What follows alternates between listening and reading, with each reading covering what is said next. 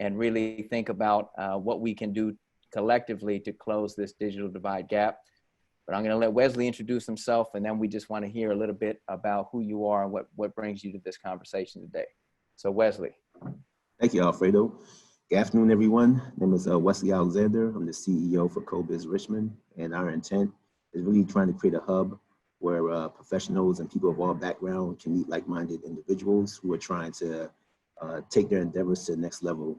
And so that involves having conversations like this, where we're currently facing a challenge, and how do we have the foresight so that we can address the opportunities that are before us and kind of show young people and those around us an example of how we all can come out stronger as a result of the situation.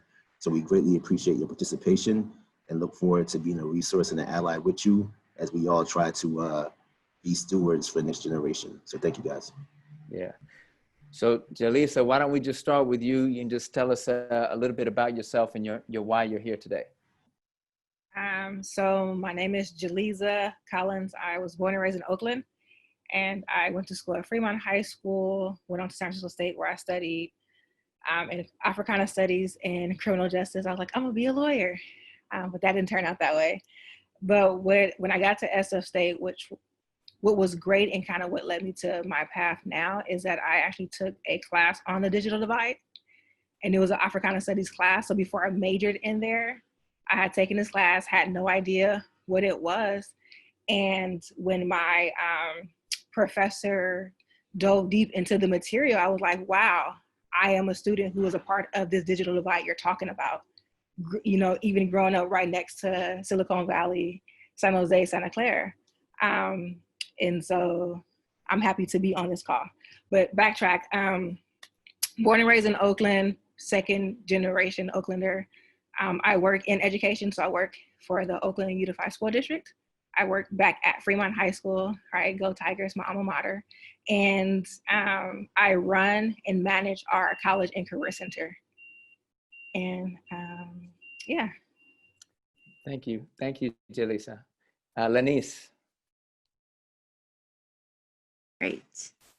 Hi, good afternoon, everybody. My name is Lennies Gutierrez. I currently work for Comcast as Director of Government Affairs. Been with Comcast for about 10 years. Prior to Comcast, I worked at the state capitol. I worked on legislation, but I'm from a small town. I'm from rural America, but a NorCal girl, and I currently live in Oakland. So I have a son in TK. So it's my first kind of foray into education, being a parent. And my husband actually is from Oakland and went to Fremont High School. Love that connection. Right, that's the connection there. And so just, you know, part of my passion is really helping people of color. And, you know, with this discussion, the digital divide is huge. And so whatever I can do in my role at Comcast, you know, I'm here to support. And I'll just end it there. Thanks. Beautiful. Garnett. Hello? Yeah. All right. My name is Garnett.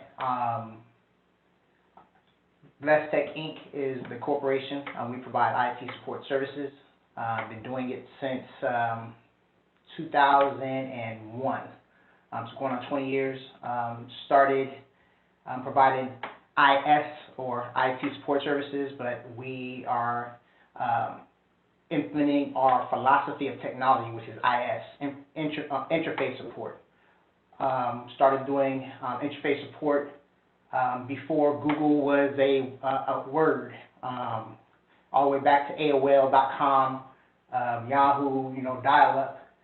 So this age, you know, where everything is easily accessed on phones, devices, computers, TVs, Rokus, you know, we truly understand the infrastructure, the foundation that led to the digital divide. So I'm interested in knowing how we can support you, understand what you guys want to achieve, and how we can help you guys accomplish that. Fantastic to have your perspective, Garnett. Thanks so much. And Miss Lauren. Hi, everybody. It's wonderful to be here. Thank you for the invitation. And it's great to hear about all of your experience and expertise. I work with the San Jose Public Library. I'm a community programs administrator. I work on digital equity and digital inclusion, as well as expanded learning, which is a passion of mine, student-centered learning outside of the school space. And I've been in education for over 20 years. From California, I've been in the Bay for about 15 years, and excited to be a part of the conversation. Wonderful to have you. And Alvaro, so glad you could make it. We got a busy principal over here, but Alvaro, if you can just introduce yourself and why you're here today. All right, well, I apologize. I was a little late. I was having a hard time logging into this thing with the mic and this whole virtual thing is it's a learning process for me as well. So my name is Alvaro Franco. I am the middle school principal of King Middle School here in Hayward. I've been the principal for the past 3 years. Prior to that, I was at Hayward High as an assistant principal. I was working closely with Alfredo doing the NIFTY and the entrepreneurial program. And I'm just here to hear what you guys are all doing and see the challenges you guys are all facing and see how I can take your guys' advice and support my community. I mean, we're facing some difficult times, not only as the adults, but the kids and the families are struggling quite a bit.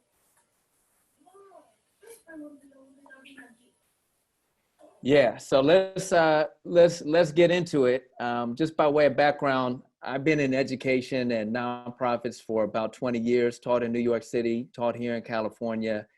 And I gotta say that this divide, I didn't fully grasp it, right? I was all about giving young people experiences in the world, right? Project-based learning, real world experiences, connecting them community to careers.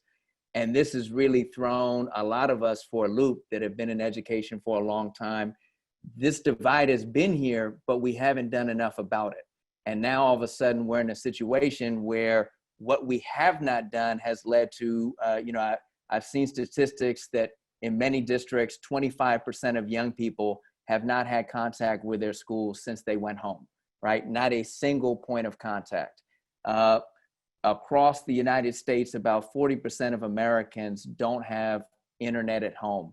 Many folks do not have a computer or a tablet at home. So they just can't access the learning. Schools are giving out the supplies that they have, but there is such a divide.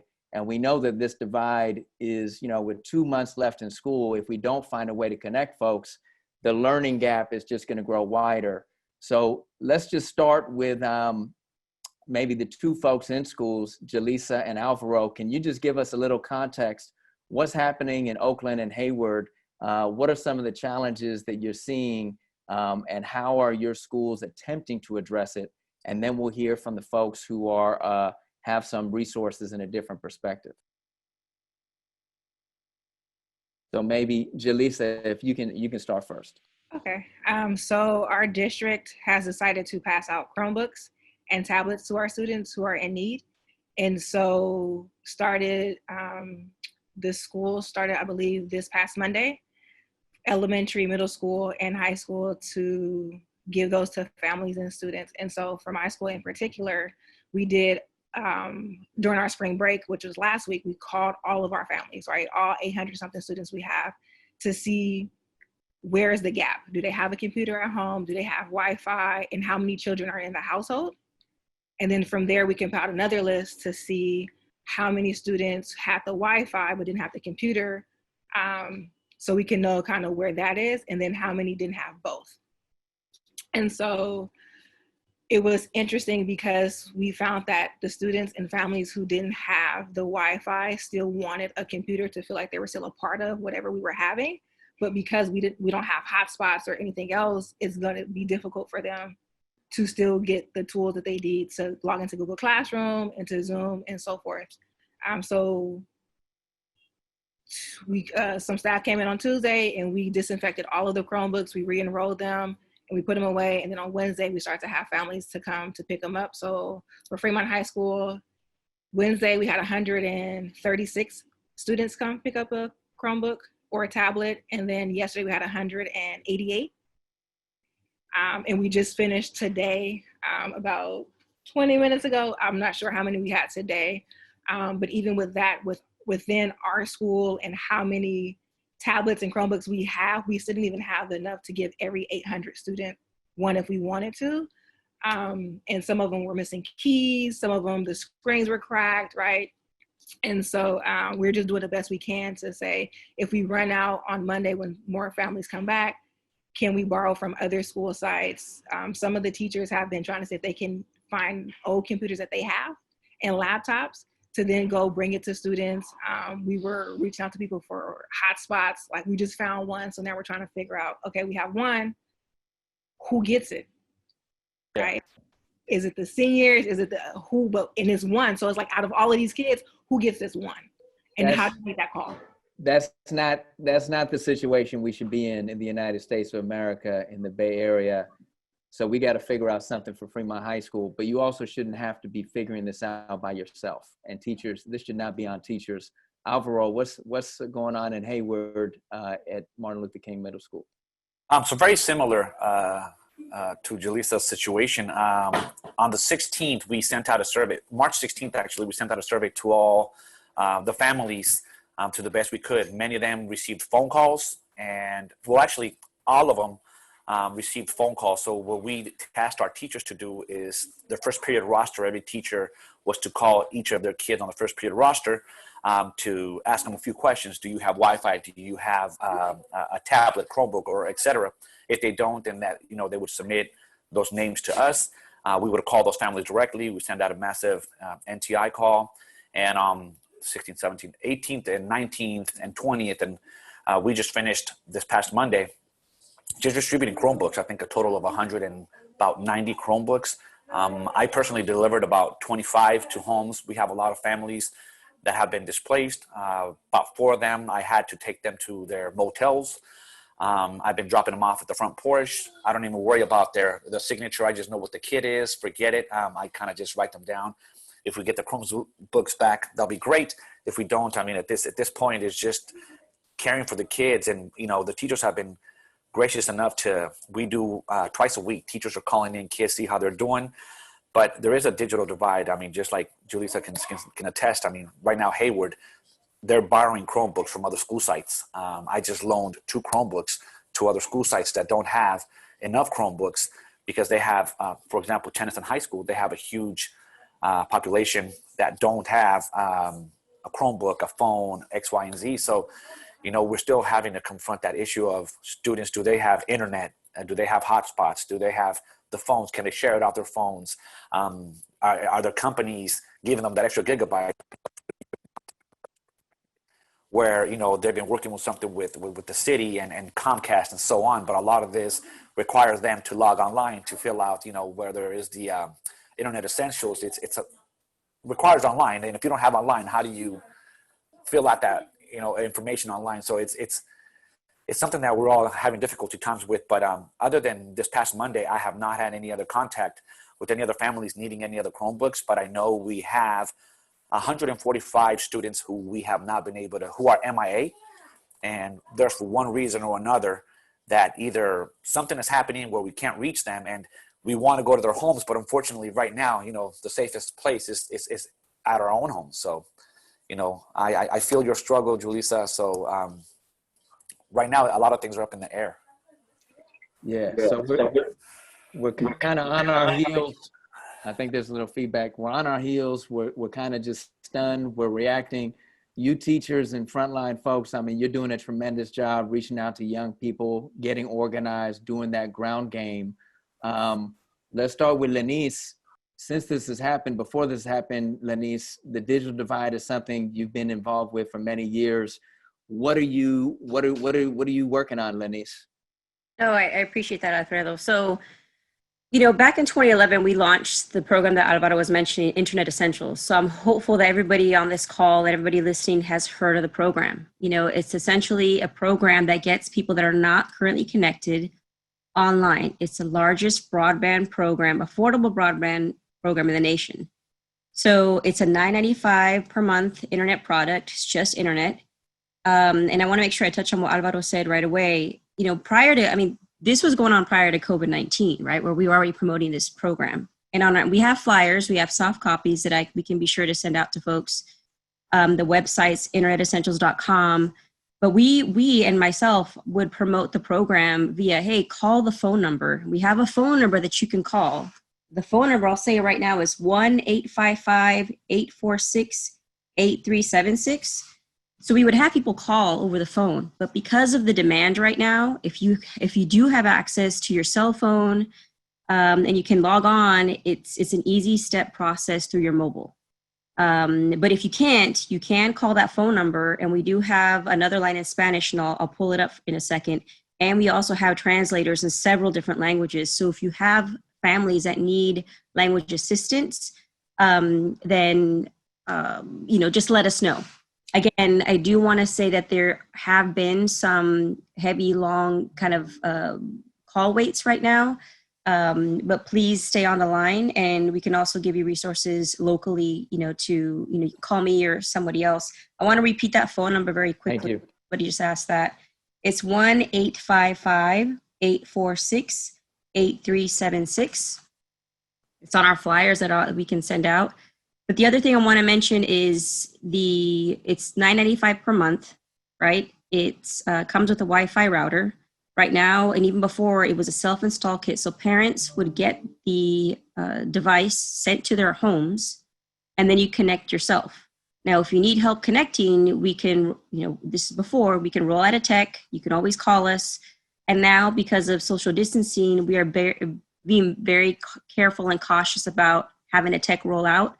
I just helped out actually an elderly woman from the peninsula connect, and we had one of our techs actually call her and walk her through it. The other thing is you have access, if you're an Internet Essentials customer, to a laptop. This is a laptop that has Norton security. It has Microsoft Office, so it's fully loaded, and it's not a Comcast computer. It's maybe a Dell or maybe an Acer. It might even be a Chromebook. So just make sure that if you need access to a webcam, you say that when you call, because that'll be helpful to you, especially if you're trying to Zoom and you want to see your teachers for distance learning. And the other thing is those computers is $149.99. We're doing payment plans if you need that. And there's also tons of information on our website on digital literacy training. Now, just as far as like schools, I wanted to mention, there's access to our Wi-Fi hotspots. Anybody has access to our Wi-Fi hotspots right now, whether you're a Comcast customer, an Internet Essentials customer, an Xfinity customer, or you're not. And we have a website, wifi.xfinity.com, and that will give you an kind of a map of where we have our current hotspots. So these are public Wi-Fi hotspots that anybody has access to. I know somebody mentioned that before too. So I'll stop there because there's a lot. I mean, this is, again, we've been doing this since 2011. We have about 1 million people in California on this program, but we all know, and we knew this before COVID-19, that there's gaps, right? So anything that we can do to help promote the program, whether it's emails, phone calls, let us know. And I'll stop there and happy to answer questions because there's a lot. I mean, this is very passionate about this issue, and it's really important right now. So we'll get there. I've seen that in California we have 6.2 million K through 12 students, and there's about 1 million students who are disconnected. They're not connected. So I want to learn more about those programs. But Garnett, since you're an IT specialist and you're in this industry, what can you tell us about the technical side of what you're working on and how we can get folks connected? Okay, so first off, I'm taking notes as you guys are speaking. So I'd rather, if we can go to Lauren Hancock to go ahead and give her perspective, I'll go ahead and collect her notes. And then what I'll do is I'll provide a recap of what I did collect from Jaliza, Alvaro, from Lennies, and Lauren. Just go ahead and as far as what you shared as far as part of your introduction, as far as to your experiences within the digital divide, listing the challenges, listing your resources, don't hold back. So Lennies, I got a lot of what you said. So what we don't capture, we can go ahead and add to that. So let me go ahead and I'll defer to Lauren, and then my part will be what I'm doing now is what we do. We have a team of people to go ahead and help to close that digital divide. And so a lot of what you guys are saying, we just offer solutions to that. So you may directly say, this is what I need, or indirectly by stating what your challenges are, and we help bring a solution to it. Wesley, thank you for inviting Garnett. This is why we need Garnett. So he's gonna fill in all the gaps. I love it. Yes, he will. Lauren comes from the San Jose Public Library, which is one of the most innovative libraries in the country. And you have a very interesting background, but you oversee the kind of community programs. Can you tell us a little bit about the library's response and the role you all are playing? Yeah, absolutely. So San Jose is unique in that we have multiple school districts. Our library system, we have 26 libraries, but we work with 19 school districts. So we have a lot of partnerships with them. We're looking to close the digital divide by providing access and programs to students of all ages and also to their parents. And so something that we're seeing right now is a language barrier. A lot of folks don't necessarily have the skills to navigate our website, and San Jose speaks multiple languages. And so we've ramped up our language access. We've ramped up our chat access all day to provide access in Spanish and Vietnamese, in Chinese and in English. So to sort of answer the call to that, we've looked to bringing a lot of our librarians and bilingual and trilingual staffers in to support the community in that way. Another thing that we've been sort of thinking about or looking at is all of our work is in person and now it's virtual. And so what does virtual programming look like? And what do we do when we actually want to work with the folks that don't have the computers, right? And so then naturally we go to the schools, right? Because schools, what we're finding are so much more than just schools, right? They provide food, they provide computers, they provide internet, they provide a safe space, they provide a way out of the house if the house isn't a safe space for kids. And so we're looking to partner with schools around that, right? Like, pick up your lunch, here's a Chromebook. You pick up your lunch, here's a Wi-Fi hotspot. And so libraries are looking, we're looking to do that as well. So yeah, just looking at those gaps of access and looking at gaps of understanding and skills, and how do we go back to some more low res touch points with families so that we can give them what they need and the skills that they need to learn at home or to explore different opportunities at home. Right, so the first job is just, let's get everyone connected. And then we have to figure out, how do we make this meaningful? How do we improve online learning? I mean, because we can't replace that human touch. We can't replace the camaraderie, the friendship, the socialization, all of the well-being that comes with the school, but we're gonna have to try. But if we're not even connected, that's gonna be a problem. We just got connected to another gentleman who's joining us from San Jose, and this is Imani Butler. He's an information technology teacher at Silver Creek High School, Eastside Union. So I know you got to know how to use Zoom because you teach this in your course. But Imani, we thank you for jumping in here. These are all your fellow panelists. Everyone just kind of gave their why and what their current challenge is. If you could just catch us up from your teacher lens, what's happening? What are the challenges you're facing getting your students connected to this remote learning? Well, one thing is I did a little Google form, home technology survey, and I was hoping to reuse something so I covered everything, but trying to find out, okay, what kind of devices are in use at home. And Silver Creek has, as well, Eastside is distributing Chromebooks. I've seen some, so I don't, in the past I've seen them, so I'm not sure what the, level of quality is on those Chromebooks is. However, that is an option. And a few outliers, at least from what those that completed the survey, were, issues with internet access. So in addition to the Chromebook distribution, there was a thing, I guess, from Spectrum, which is a charter, I guess, internet service provider, where the kids could get the free access for 60 days. And then I guess, you know, a more affordable beyond that. Some open-ended comments from my survey were, well, I live in a mobile home park, so there's a provider's restricted, you know, to AT&T. So, you know, it's like those kind of things just make you more aware of like the different kinds of situations out there in student land. And my main thing in the Zoom sessions that I've had so far with students, which we've taken the last 2 weeks, is like get the technology situated, because we need it for my class. It's some great things out there, but if you don't have the tool to take advantage of it. So for instance, I teach multimedia and web and social media design. So we're using Adobe products, and Adobe's made their entire library in the Creative Cloud free until May 31st.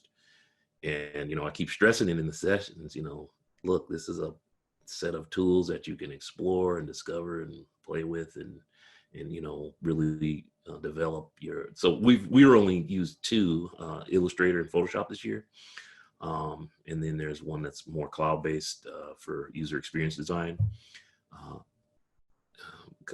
called Adobe XD.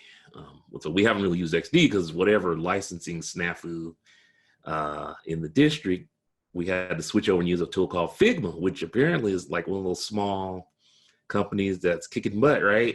As far as just their ability to deliver a high quality design tool on the browser platform. So before now, we've had explored some alternatives to Photoshop, which I've kind of pressed like, okay, check out Photopea. Or I don't know, I always say, okay, what is it, Photopea, Photopea, or Photopia, whatever it is. It's a pretty well functioning design tool set up in the browser, you know, but there are some limitations. It's not Adobe Photoshop, but it's pretty darn good for a browser-based tool. And so yesterday, when we're going over like our distance learning agenda of the classes, I was saying, look, here's an example of how we got to get creative and problem solving, because if you can't download Adobe, then you notice there are certain features that don't exist in this Photopea tool. But how can we, you know, implement what we need to using this tool? So a good example is selecting some pixels. And so I'll just, you know, in my sessions, I have to kind of demonstrate, you know, and actually kind of set up this new thing where it's just a central dashboard for people to, you know, consume before we meet on Zoom. The aim is to streamline our Zoom sessions to like 30 minutes.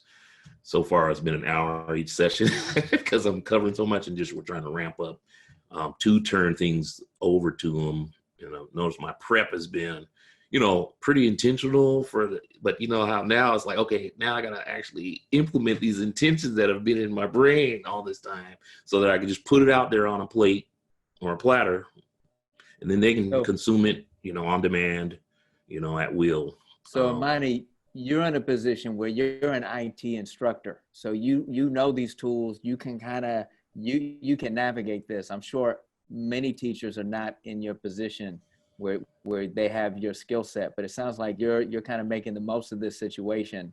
Anecdotally, I talked with Tim Wynn from the district, and he had said that surveys from Eastside Union had said that there were about 3,000 students that needed Chromebooks and did not have access, and they now have to have that survey completed.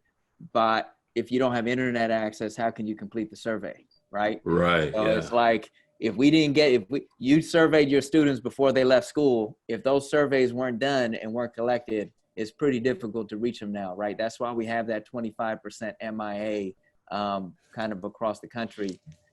Were you gonna say something, Imani? Yeah, I don't know. Well, one thing I did highlight, my class was pretty well suited for it, even, you know, it's technology, so it is more on demand at your pace kind of thing. So there's like one of those silver linings in this situation, but I only imagine, you know, like what's the experience for some of your core subjects like math instruction, right? Again, being a CTE teacher, the upside is that we can angle in on some of those core topics and probably better introduce them sometime in certain scenarios and things, and or just expand or make the information a little more accessible if they have the tool, right? So we did one thing that happened a few years ago in Eastside was a distribution of mobile phones for internet access as well. So, and again there, that it's just, it is a challenge because some of the devices have issues, right? Broken cameras, shattered screens, whatever, Yeah. Let's take this to Garnett. You've been taking notes. Can you fill in, tell us what connections you're seeing and what gaps need to be filled? All right, one moment. Okay, so what I'm going to do is, so it's 12:37, and for sake of time, what I'm going to do is I'm going to quickly go through the notes I have for all of you. I do speak fast, so just put your hand up in the screen because I'll keep looking back and forth, and we'll slow down. And then as I'm going through yours, ask questions or make corrections as I'm going through yours. And after I get to the end, I'll recap on what I got on stuff. All right, so we started out with Jaliza, and then so they handed out tablets and they handed out a list, to determine what resources students needed or didn't have in relation to internet services, as also if they needed tablets or laptops, and they handed out Chromebooks. I didn't get the numbers at that time. You handed out tablets to help close the gap for the digital divide. And challenges you guys started experiencing is running out of resources, hotspots came up issue, how many tablets. It sounded like you guys actually ran out of tablets on that. And then Alvaro, he was experiencing similar challenges to Jaliza. On March 16th, they started making phone calls, and they had a questionnaire form type of way to go ahead and determine what resources were needed. They completed distributing about 190 Chromebooks on April 6, 2020. Teachers are calling students twice a week to keep in contact with them. They're also having similar challenges of running out of resources and not available, or resources not available, hotspots, tablets, phones, cellular, analog, being able to have access to phone communication. The 190 students went MIA. That could be a situation of garbage in, garbage out, having the wrong information for them, but they're just MIA in that sense. Lennies, working with Comcast since 2011, launched Internet Essentials, the largest affordable broadband program. It's internet only, $9.95 a month. That comes with a Wi-Fi router, self-install kit. If they need to do a truck roll, but that's also within its own challenges within this whole COVID-19 response. They have access to laptops as well that are available to Dell, Acer, Chromebooks, and then also if they need webcams, they just need to mention it during that. It sounded like the price of those laptops was at $149.99, 855-846-8376, where the residents can go ahead and call in to go ahead and take advantage of the program. One challenge they're having is bilingual. They do have bilingual reps. Challenges is long wait times. Anybody has access to Wi-Fi hotspots, which is Xfinity Wi-Fi. The majority of times when Comcast installs, they put the Xfinity Wi-Fi. You can go to Comcast to obtain a map of the Wi-Fi hotspots. They will offer assistance and resources as well. Then Alfredo. Alfredo, I think you had mentioned something that you started talking about, so that's really nothing also. So then Lauren Hancock, she's part of San Jose school. They have 26 libraries and 19 schools in their district which you guys manage. The challenges there are language barriers. You guys are working on ways to go ahead and get better access to language. Chat sessions are also now available in Chinese, Spanish, and English.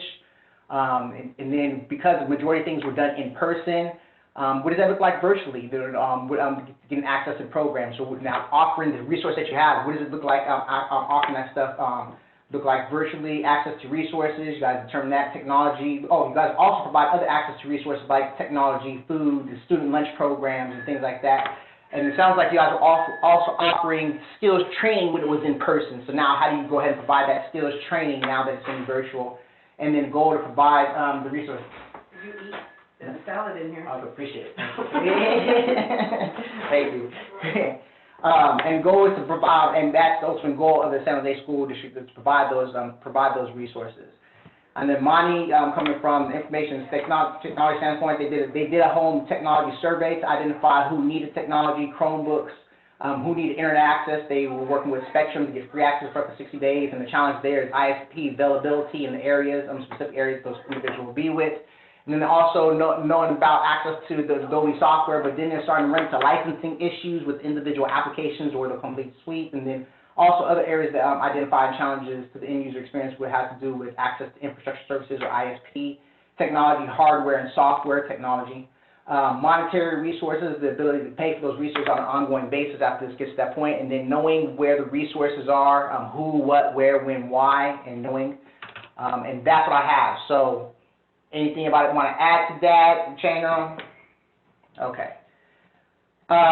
So Lennies has one to add. Yeah, Lennies. Oh, I apologize. I was, my bad. It's okay.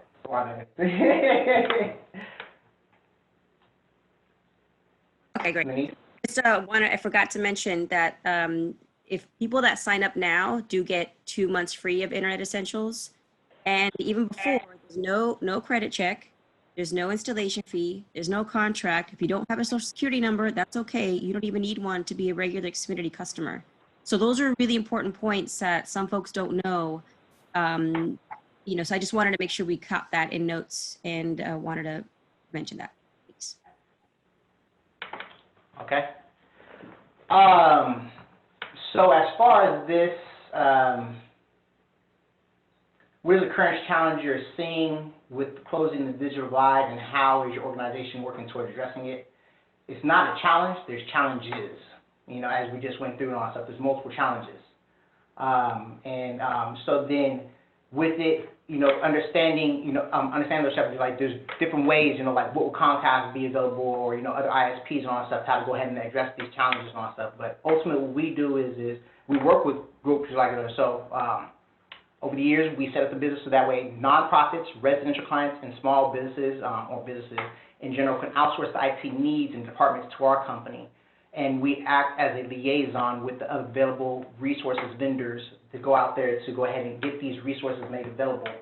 But now in this time, it's like, how do we go ahead and take these resources that you guys have access to, where you were getting them from, as well as the resources that you guys provide, the library and everything like that. How do we go ahead and make it meet, and how we go ahead and address this digital divide?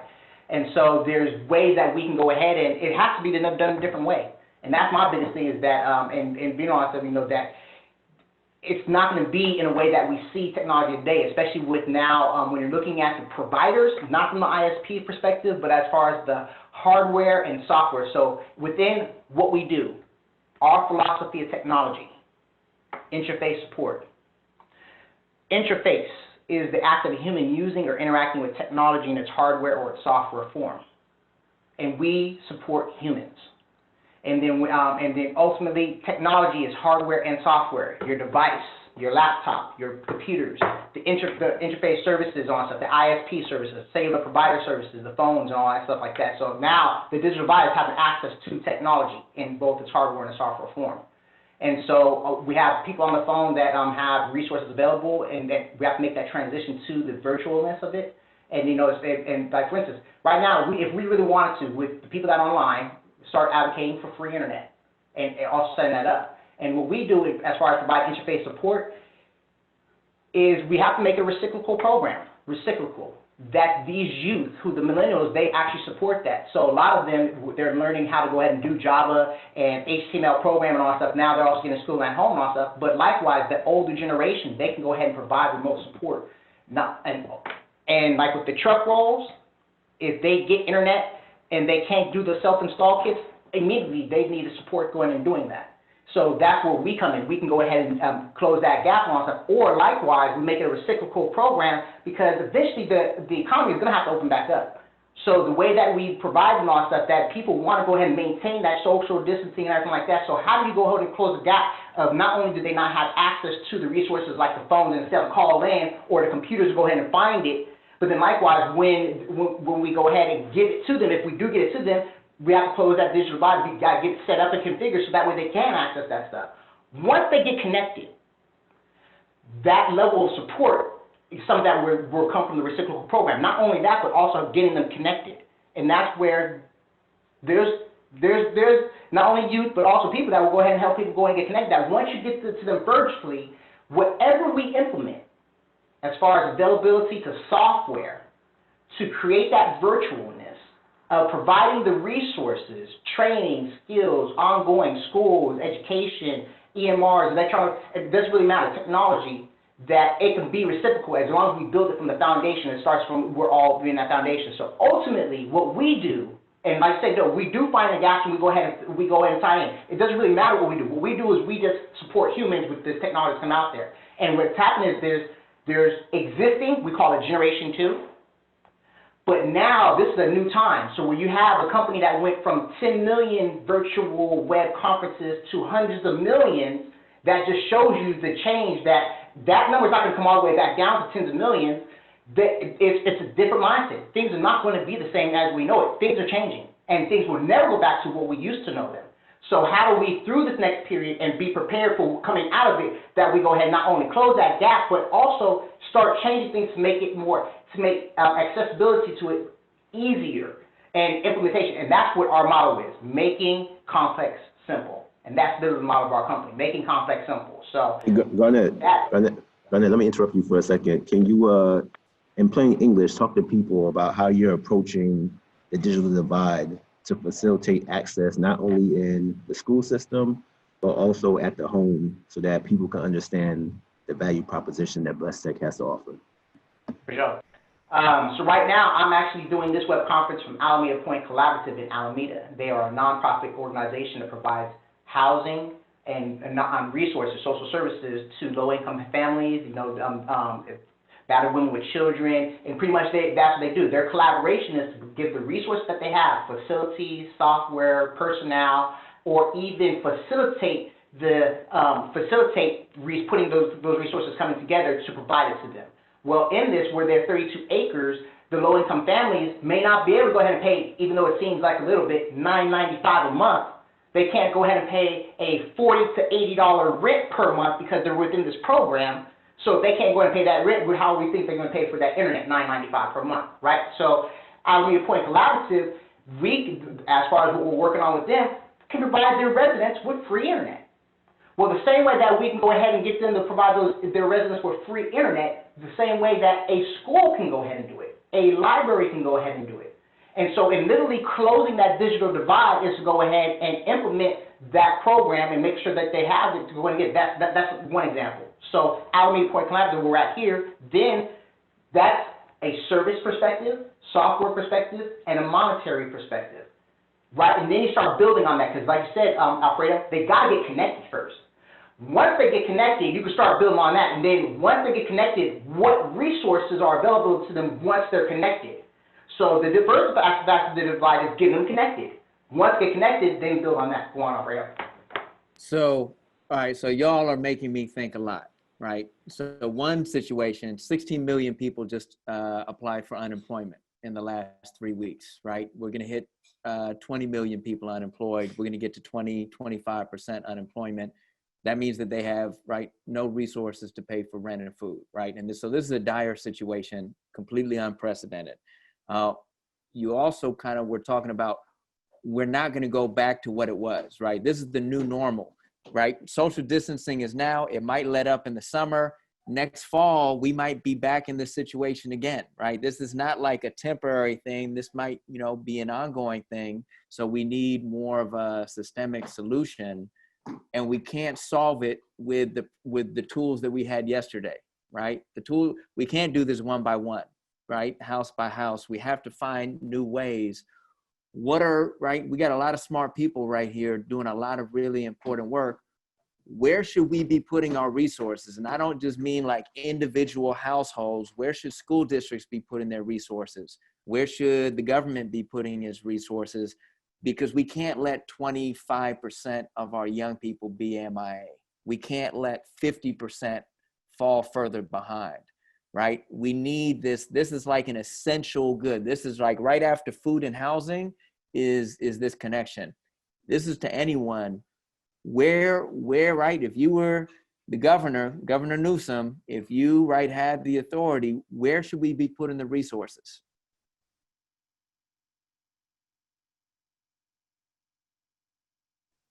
I like big questions. I got one. I say, well, one thing I think about, and me and Edward and Colleen were kind of coming up with some kind of an innovation challenge for COVID-19 innovation challenge. And one thing I thought about was IPTV. People have televisions. If you don't have a computer in home, you got a television. So we know there's a way to broadcast one way, right? So like maybe basically a Netflix for the education system, but then we need a device to allow for student interaction. So this is more of like, one of those kind of ideas, but there's resources for Amazon or somebody to do it, right? A former student of mine, he had told me how to get IPTV, and I was all new because I haven't really watched a ton of television. And so there's these Android-based devices that are pretty quite affordable, like $70, right? Districts can pay $70 to make sure homes are outfitted with the IPTV device. So every student has it. I'm thinking, but I don't know. It's just kind of, I actually was just kind of brainstorming some things and thinking about, okay, what are the infrastructure pieces to put in place to make something like that happen? And again, you got Netflix, who's got a lot of cash. Microsoft has a lot of cash. Amazon has a lot of cash. Unfortunately, I mean, it's going to be more. I saw your question a few weeks ago, Alfredo, about not just pouring cash into the system like government, because the government with the $2 trillion, that's not going to do it, right? These companies that have stacks of billions, that they've been saving and, it's liquid, right? So unfortunately, some of them have invested into the economy to keep the hourly wage workers going. But if any time more than ever to pour into some rapid R&D to leverage, the infrastructure of like your on-demand entertainment programming, and maybe pivot that use for education delivery. That's innovation, right? That's true innovation. Thanks for sharing that. What Imani's bringing up is private-public sector partnership, right? Mm-hmm. Anyone have any ideas about ways that the private sector, public sector can partner to really do something transformational? So while I was sitting here, what I was thinking about was, once we get the technology to the students and we get them the Wi-Fi access, right? So now you can log into Google Classroom, or you don't have to use your phone, right, to try to do everything to write your papers or whatever you have, but you're still stuck in your teacher's office hours, or you can't just go get the help that you would normally have access to, and your parents can't help you, right? So it goes back to then, how are we empowering our parents and other folks in a household to then support their students through it? So it's more than just us getting access to students, it's getting access to whole families, right? Like, how do we say, you have this assignment due and we really want you to keep your endorphins going, your learning going, your teacher office hours is closed, or you can't go back into tomorrow, but you need to submit this assignment. What can I do at home to where I feel adequate enough to then support you through it, right? And so I think it's also, we have to dove deeper than just the surface of students in the digital divide, but that older generation that's a half removed, who's also part of that divide, right? I used to joke, and it might not be funny, but this generation is, you're 15, your mother's 30, your grandmother's 45, and your great grandmother's 60, right? But within that, they still haven't been taught some of the essential tools they're going to need to evolve. So now, you're at home with this 30-year-old, but she can't, or he can't help you where people feel like they should have these tools they went through school not too long ago. I like Alfredo, if I can, one thing that I wanted to mention is, we know even at Comcast that, it makes a difference if I'm talking to a family and I'm saying, yeah, sign up for a program, or even if I can speak to them in Spanish. But if it's a community leader, right? If it's somebody in the library, or if it's somebody from Boys and Girls Club, we know that makes a big difference. And I want to when you said public-private partnership, and I'm sure Lauren can talk to this, the city of San Jose has a really innovative project. It's called the San Jose Digital Inclusion Fund. And what they did with the cell providers, not Comcast, but actually 3 other providers, dumped in millions of money into a fund, and they just in February announced over $1 million to 23 grantees, local nonprofit organizations in the community to get people connected. So that was innovative. That's public-private partnership. So I wanted to mention that because that can happen now, right? Or that's happening now. And the other thing I wanted to mention was we do have sponsored service available. And I know school districts have taken advantage of this before in the past, like in Mountain View, which is you have a nonprofit or an education foundation or a school district that wanted to pay for the Internet Essentials program for students. You can do that with 2 months, 3 months, 6 months, a year's worth, if you had the budget, and then actually provide that for the students. So you have somebody paying for that in the back end, and it's not a burden on the student or the family. So just want to mention those 2 things. So then also, I want to make sure a couple of so like the district receives $70 for each IPTV device that's actually implemented in the homes. And then also going on what Jaliza said, empowering not only the parents, but also the students, because I think we got to make sure that we do look at the problem is it's closing the digital divide for households, you know, and so, you know, and that dwelling also. It's not just the student, like you said, it's the parents also, because now their work, how they also make money is going to change, or how they get involved or get connected as well. And then the Digital Inclusion Fund, did I get that correct, Lennies? Is that the San Jose Digital Inclusion Fund, the DIF? So the Digital Inclusion Fund, you can get, looks like up to a year worth of funds on stuff, but also it sounds like that Digital Inclusion Fund is not, it's anything that helps to go ahead and close that digital divide. So if we came with that we can use the funds for and all stuff, like example, money's available to close the digital divide. Let's say if we want to say the goal right now is to connect families, get an internet connection to each dwelling point. If it's a single family household, it's a multi-dwelling unit, or it's, you know, because schools have them on stuff.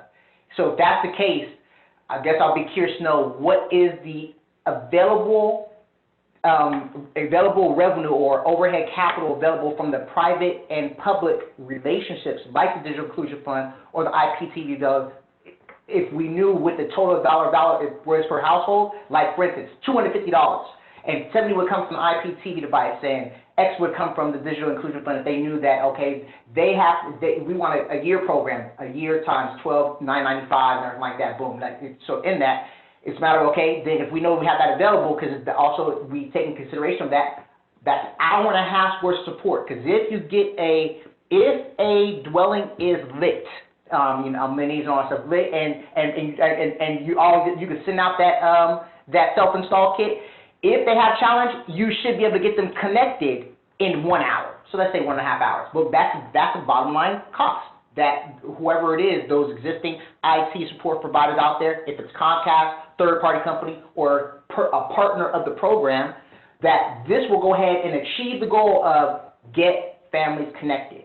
And not just student, but it's get households connected and all that stuff. So it sounds that to me, putting that together, because that would, one, empower parents, because they're also taking advantage of the resource that's available to their kids as students, but it's now for families. And there's funds available, as we're hearing from Lennies representing Comcast, and then also the library. There are those private funds that are available. There are those nonprofit funds that are available that they can go get and read or pass through to the dwellings or families. And because I look at the DIF as like the California Teleconnect Fund. Literally, that California Teleconnect Fund that's available to schools, libraries, and nonprofits with a 501c3 that meets the necessary criteria can be passed through to the residents or the dwellings, the families, to go ahead and get connected. So we need to go ahead and start utilizing the available resources to get connectivity. And then once you do it, and that's the overall goal. So you know, that with all that added on stuff, so that directly answers your question, Alfredo. And because like, all right, it's possible, right? It's possible. What yeah, I'm hearing, but possible. It's been possible. Lauren, I know you have a perspective here. Yeah, thank you for bringing the DIF up. Yes, over 10 years, I think private sector and the city will put in over $10 million to close the digital divide. I think it's around 100,000 folks in San Jose don't have access to internet. But over this conversation, we talked about people being MIA. right? Million people, million students are MIA. Why are they MIA? Where are they going? What are the competing priorities that they're not logging in if they do have the access? Did their families ask them to get a job? Do they just not care? Do they, you know, are they gaming? Are they, you know, taking care of their siblings? Like what's preventing them from having that engagement and that agency, right? Like all of this is a very privileged sort of level of agency and discipline that maybe not all of us have, right? Like, do we all work from home 9 to 6, day in and day out, right? Because we're all going through a collective trauma. And so is our productivity level different? And what does that look like for our children also? And to your point about empowering parents and students, absolutely. It is not just on the student or on the parent, it is on the household and everyone coming in at that together. And without educating families or generations of people who are living together, I mean, I can't tell you how many times I have to, you know, provide technical support or just conversations with everyone in my family that's older than me or, you know, et cetera. And so I think just looking at it more holistically of like, yes, we want to provide them that digital connection and that device.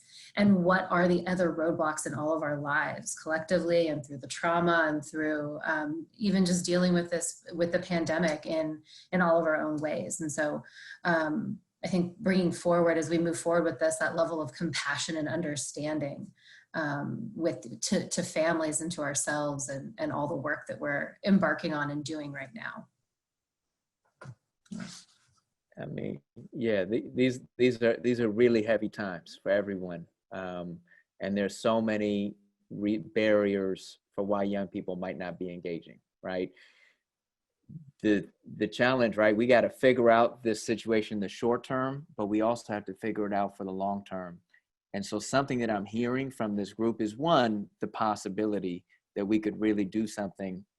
And if anything, this crisis has proven that money is not the issue, right? If we wanted to do an education stimulus package, right? Why aren't we talking about an education stimulus package? In the $2 trillion economic stimulus package, there was $30 billion to stabilize education, right? That is not enough to stabilize this system that is completely, you know, under duress. But we could connect everyone in the country, right? What is the cost? $9.99 for 10 months to get everyone connected through Comcast or through this other initiative, right? The 10 million in the DIF, that's awesome. But we could be leveraging 10 billion in California, right? So that is something, but it's not just the money, it's not just the hardware, it's the trauma, it's the social, emotional, it's everything else that we're dealing with. I do want to allow Lisa Dominguez, who's on attendee here. Wesley, are we able to open up her mic so she can ask her question? Yes, we can. Give me 1 second here. Lisa Dominguez comes from the Hispanic Foundation of Silicon Valley. She represents an awesome organization doing great work. And Lisa, if you're able to talk, ask your question. Hey everyone, thank you so much for doing this. I think it's vital for our community and for other nonprofit partnerships to see all of you come together and have these conversations, especially during this time, and I'm loving everything that I'm hearing. One of the questions I have, and as you know, Hispanic Foundation really focuses on empowering parents as well. I love that Jaliza mentioned that. I think that's vital.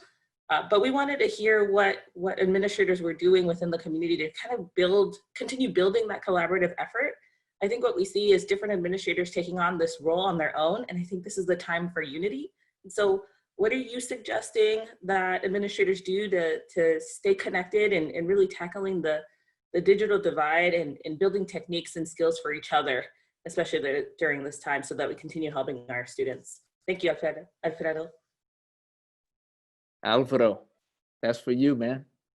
All right, so I can speak for what we're doing in Hayward, and not for the entire Hayward district, but I know that some of us at the middle school level and the high school level, so secondary levels, what we did, we came together and you know, if this is going to be part of the question, is the techniques to support teachers. I think this is the biggest thing right now, is the supporting teachers, because this online learning is new for all of us. I mean, I'm not a Zoom person, as you guys can see. Even logging into this meeting earlier took me like 10 minutes. So I could imagine some of the frustration with some of our veteran teachers who never didn't grow up with technology. So just having to adjust to this, I want to send a huge shout out to all the teachers out there. Is, you know, thank you for just, you know, stepping up to the plate and learning something new. But so we gathered together and we created these power sessions.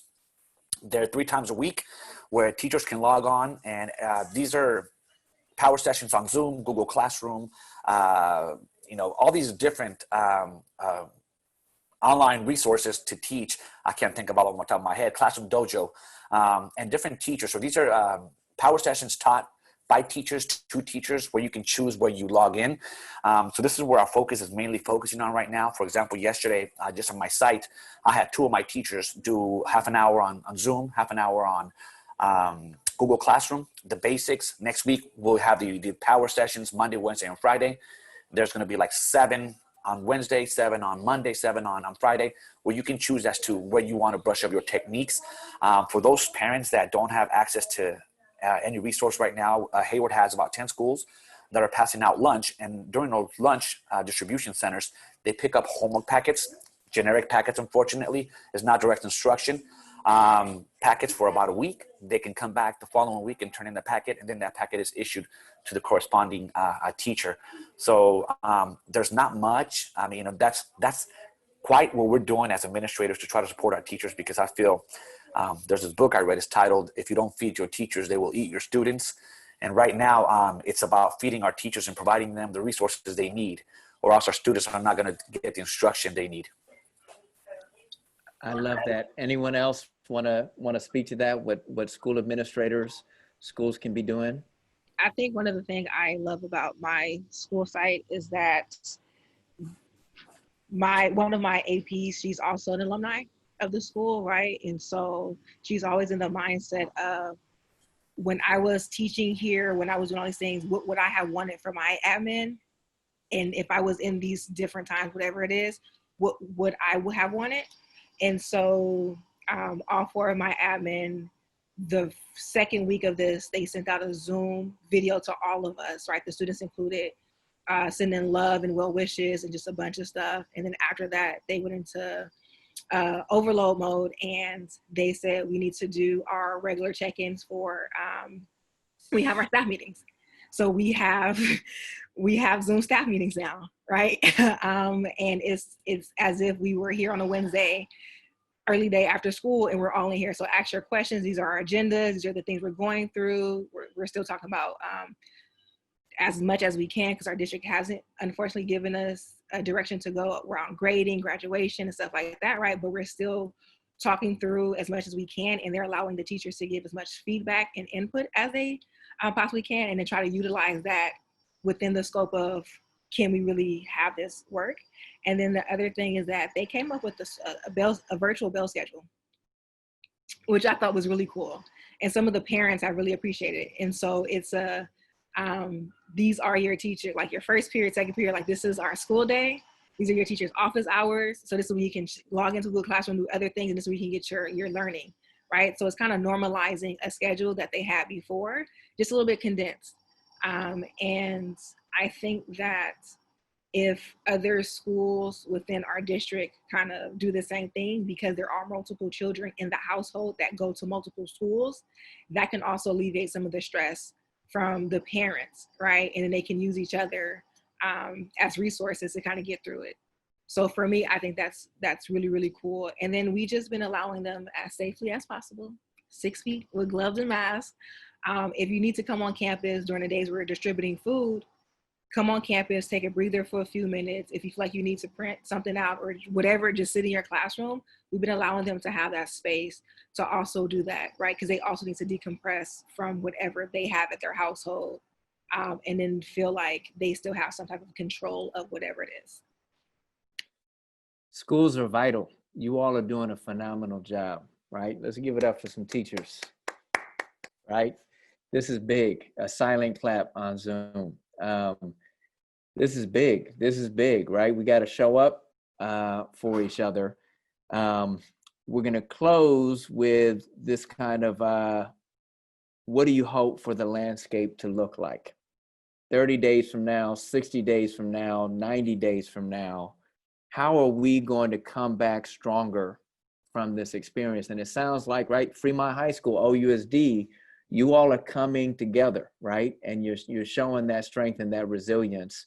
And let's start with you, Wesley, because you got a whole Come Back Stronger campaign.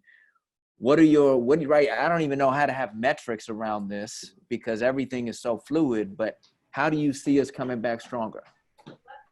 Well, first things first, thank everyone for participating today, especially the panelists and the attendees. Before we address it, any challenge, we can look at behavior. So when it comes to coming out stronger, it's all about mindset.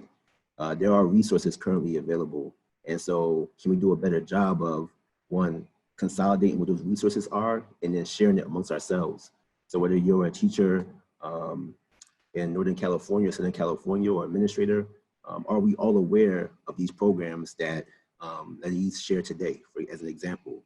If we're not, that's a problem. So the transparency about what's available and how we can disseminate those resources, not only to the schools, but to the families, is goal number one. From there, we can build upon addressing not just the access, but the utilization of the tools to be more efficient in terms of how we are using those tools, creating partnerships with the private industries, creating that tri-sector partnering, the nonprofits, the government, and the private industry. So to me, it's really about a behavior, a mindset that's going to allow us to implement the procedures or the programs that can have optimum impact. There's been so many campaigns and initiatives happening throughout history, but are they efficient? Are they productive? And so that will be my main focus when it comes to coming out stronger, whether it's in the physical space of CoBiz or doing any of the virtual workshops. After this conversation, what are my takeaways? I'm seeing all the information that people shared, and I'm like, you know what? I have to get this information out to the school administrators here, to the teachers, to the parents that are members of CoBiz. So once again, to me, it's about mindset and behavior, and then I'll let other people address other parts. So thank you. That's beautiful. What about you, Lennies? How do we come back stronger? 30, 60, 90 days. Thanks, Alfredo, and thanks again for the invitation. It's been eye-opening, this whole process, but I would say, identifying the gaps, right? I mean, yeah, we know there's a digital divide, but where is it happening exactly? Like, where are those pockets? And really, I mean, push your school administrators, push your school board members, push your city council members, push your companies like Comcast to be there and to be active, right? We don't want to just sit back and so I would just say identifying gaps, right? And then making sure that you reach out and don't be afraid to ask. That's something that we always say to people is, just ask. If you need help with something, whether it's, does Comcast offer grants or, or hey, do you know of any other providers, or do you know of a contact at the city level or the school board level?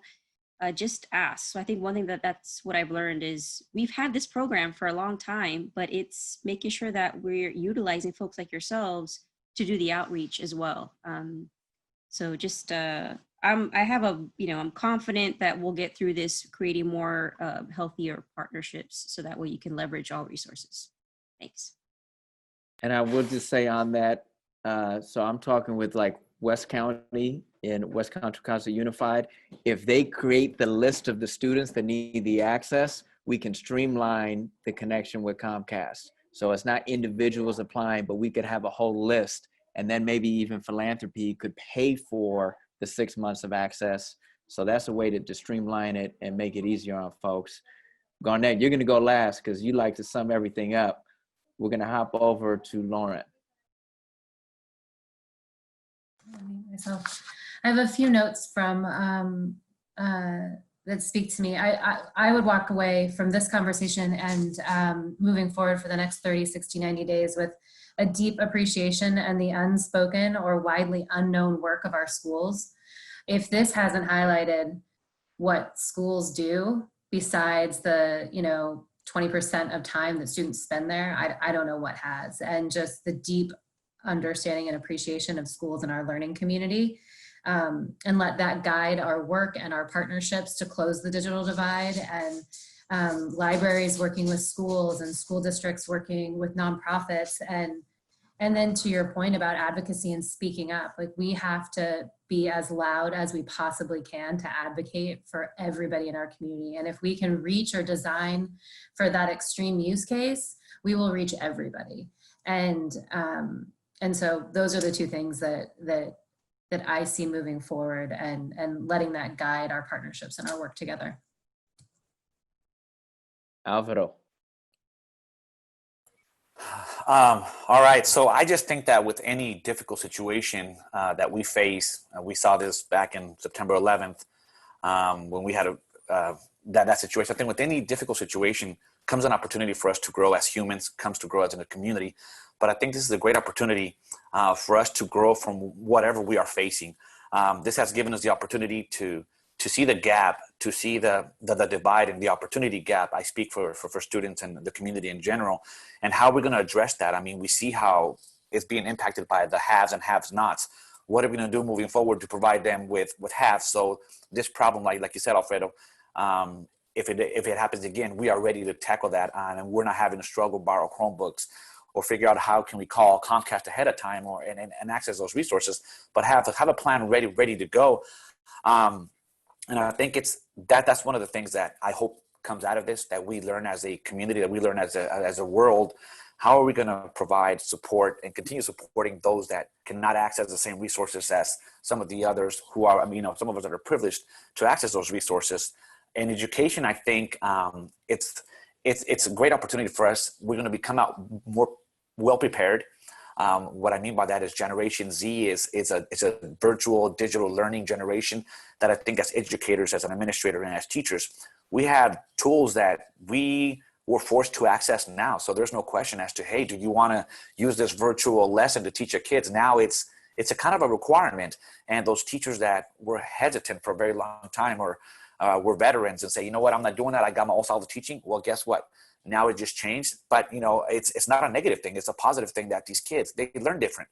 Now you're going to have the option to utilize those resources during your curriculum, during your instructions, and kind of meet the needs of every student. So I just hope that this opportunity, and I look forward to, one, is this ending soon. Two, is that as a community, as a district, as a state, as a country, that we are better prepared to face a situation if it comes again, because this is not something, technology is not something that's going to go away. Technology is only going to be more of a requirement moving forward. So I think that hopefully with all the partners and companies out there, we can come together and figure out how are we going to support each other, and providing, so I speak as an administrator, as our students and community with the resources they need to continue accessing whatever it is they need to access, specifically the curriculum. Yeah. Jaliza, what do you think? I think the first thing is, how do we become more proactive than reactive moving forward, right? So we kind of already knew that our students used technology at school, and they did most of their homework here, and they did all of these things here because they didn't have it. Well, how do we take that inventory and really use it for the future, that when if something happened, like, I don't see it foreseeing it happening, but God forbid something happened again, we're not, like Alvaro said, we're not borrowing Chromebooks, we're not trying to figure out how to shake someone down for other things that we need, but we can say at the beginning of the school year, like, hey, we noticed we surveyed all of our students, all of our parents, they already don't have these things at home. So going into this school year, how do we get them these things to make sure that if they're not at school, they have access, right? They're not behind. And just how do we get them to see the beauty in it, even though it's hard to? How do we give them the motivation to see the glass half full opposed to half empty?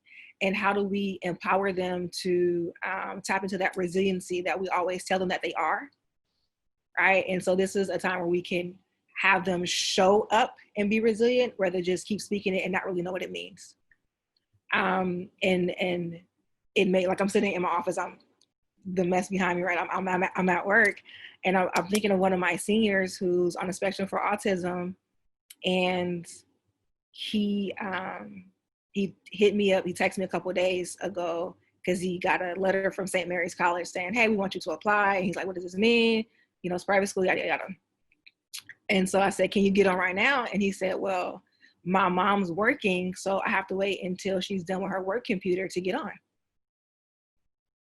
Right? And so it was like, holy crap, your mom always worked from home, which has never been an issue because you've been at school. And when you left school, it's never been an issue because he used to always go to the library to finish up everything else before he got home. And so now all of these resources that you had to do with are now taken from you. So one, what is it doing to your psyche? And then two, are we going to have to ask your mom to put her job on hold to do things because we're trying to get you tapped into school and other, right? And so it's like, what is just how do we push you to just see that regardless of what's going on, it's going to be okay. And we don't know how it's going to be okay, but we're going to make sure it's okay for you. Right. That makes sense. Proactivity, mindset, resiliency. Really beautiful. Imani, final.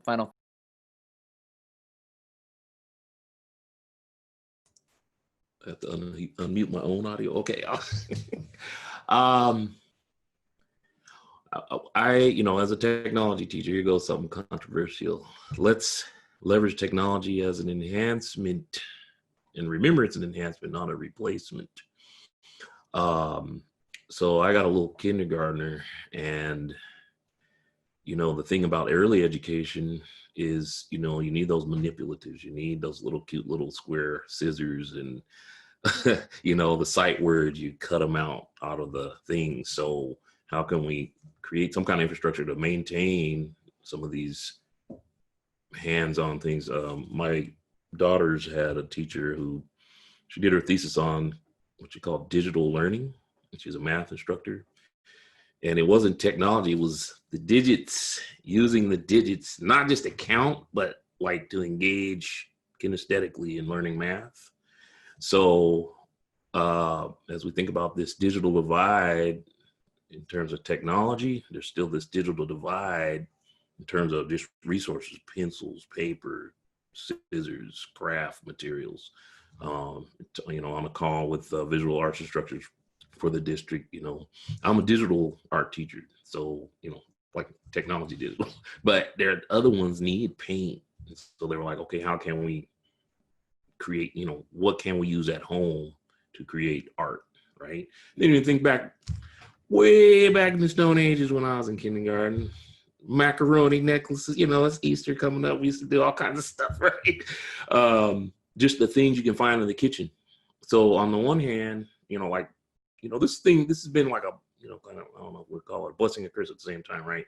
Like this distancing, and you have these paradoxical things as hashtags, right? Distant but not alone, stuff like that. But so like we need to take some of the lessons from this crisis and, kind of get back to some old school basics, where we're actually hands-on and engaging sensibly, washing our hands. You know what I'm saying? Let's make sure we don't just keep our heads in these computers all day, but get out and enjoy life. Yeah. Garnett, you got the last word.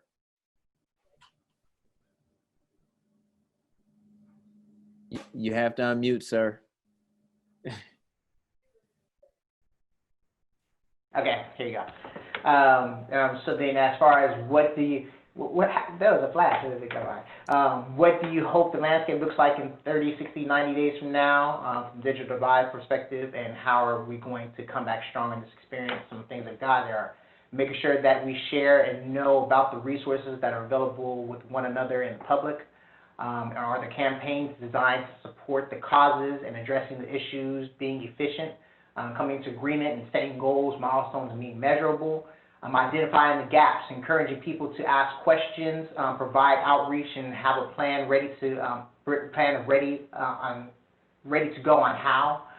A healthier partnership between community, private, and public resources, a deeper appreciation, a better understanding for our schools and their partnerships with social services organizations.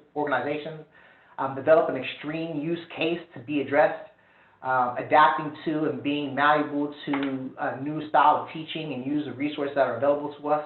How do we adjust for being more proactive and not so reactive, and get people to see the beauty in this challenge, being positive, seeing the glasses half full, being resilient. Create infrastructure to maintain some of those physical kinesthetic instructions like arts and crafts, and getting back to the basics.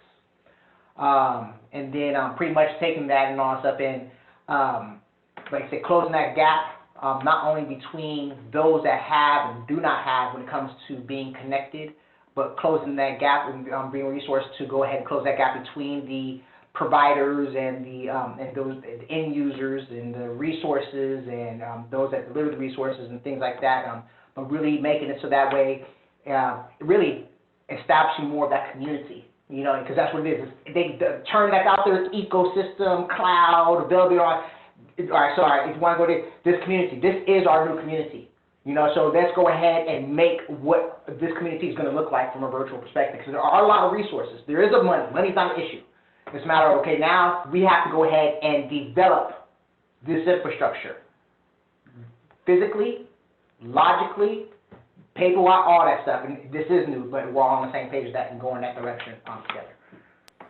So that's beautiful. Appreciate that sum up. I want to thank everyone for joining us today. You're all busy. You're all doing incredible work, but you made the time. I hope that this was valuable so that you know we're going to get the transcript of this conversation. We're going to put this into a podcast. It's going to be released next week. You're going to be able to share it with your networks. There's so much value in here. Garnett, we want your notes. We're going to take those notes. We're going to put that into a really nice format. A one-pager, and we're going to share that out, and we're going to be able to get this information out there. I do want to share that this is a weekly conversation. Next week, we're talking about closing the 2019-2020 school year strong, lessons from the field. We're going to be hearing from teachers, great teachers. So if you know a great teacher who's figured this out, we want to hear their best practices, what they're doing with their students. Then we're going to be talking about responsive philanthropy on Friday, April 24th, bridging the gap during COVID-19. We have Rachel Elgin-Smith from the Basic Fund, some other folks who are really stepping in to fill that gap before the government response comes. Then we're on May 1st, we're going to be talking about supporting Main Street and startups, accessing SBA loans and resources for the entrepreneurial community. We have Julie Close, the Northern California director for the Small Business Administration, Wesley, many other entrepreneurs joining us. And we're going to close it on May 8th with the class of 2020, making the transition to college and career. And Alvaro, you're going to love this. It's going to kick off with Bobby Reyes from Hayward High School, who's a senior at UC Berkeley. And now what, right? It's like the whole world just fell off a cliff. Bobby is going to kind of kick us off talking about her experiences, but we want to hear from young people, what they're experiencing, the high school class of 2020, colleges class of 2020, and how do we support them and not have them fall behind. But this is fed my soul. Appreciate you all. Let's keep building and let's grow stronger. Thank you, guys. Thank you. All right. Thank you. Thank you, folks. We'll see you soon. Take care. Thank you. Have a good one. You too as well.